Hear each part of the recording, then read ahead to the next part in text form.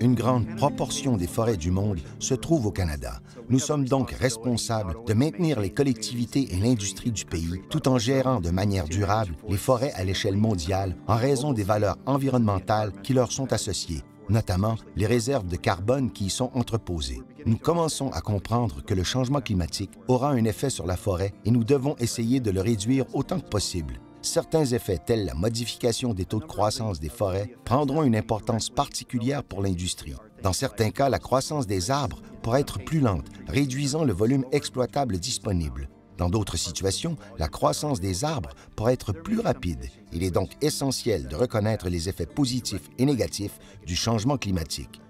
Nous nous attendons aussi à ce que la répartition des différentes espèces forestières soit modifiée.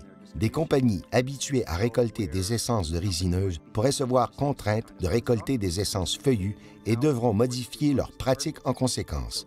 La plus importante initiative pour l'avenir au Canada est probablement celle d'entreprendre une évaluation de la vulnérabilité. Présentement, nous ne comprenons pas très bien quelles sont les zones de vulnérabilité des forêts et en quoi ces écosystèmes sont vulnérables. Un autre élément important de l'évaluation de la vulnérabilité consiste à étudier des options d'adaptation pour le secteur forestier au Canada afin de connaître celles qui permettraient aux entreprises forestières de s'adapter au changement climatique. Une étape importante dans le processus d'adaptation consiste à identifier ce que nous appelons des options sans regret. Celles-ci offrent des avantages immédiats aux experts forestiers tout en leur permettant de mieux s'adapter au changement climatique dans l'avenir. Selon nous, l'adaptation suppose une mise en œuvre à l'échelle régionale tenant compte de la réalité locale. Cependant, cette adaptation est rendue possible grâce au soutien des gouvernements fédéral et provinciaux ainsi que d'autres organismes. Tous les échelons gouvernementaux et industriels doivent collaborer pour développer des options d'adaptation.